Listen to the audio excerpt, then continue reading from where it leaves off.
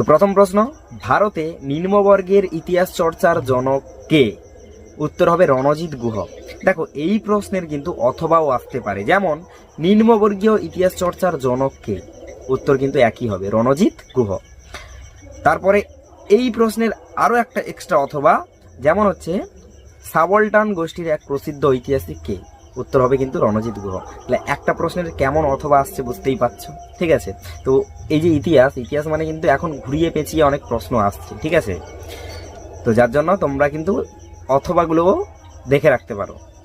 এইবারে পরের প্রশ্ন, বিপিনচন্দ্র পাল লিখেছেন, বিপিনচন্দ্র পাল কি লিখেছিলেন না 70 বৎসর, উত্তর হবে 70 বৎসর। এর পরের প্রশ্ন, দাদা সাহেব ফালকে যুক্ত ছিলেন কিসের সঙ্গে? চলচ্চিত্রের সঙ্গে। তারপরের প্রশ্ন, সোমপ্রকাশ পত্রিকা ছিল কি পত্রিকা? না সাপ্তাহিক পত্রিকা,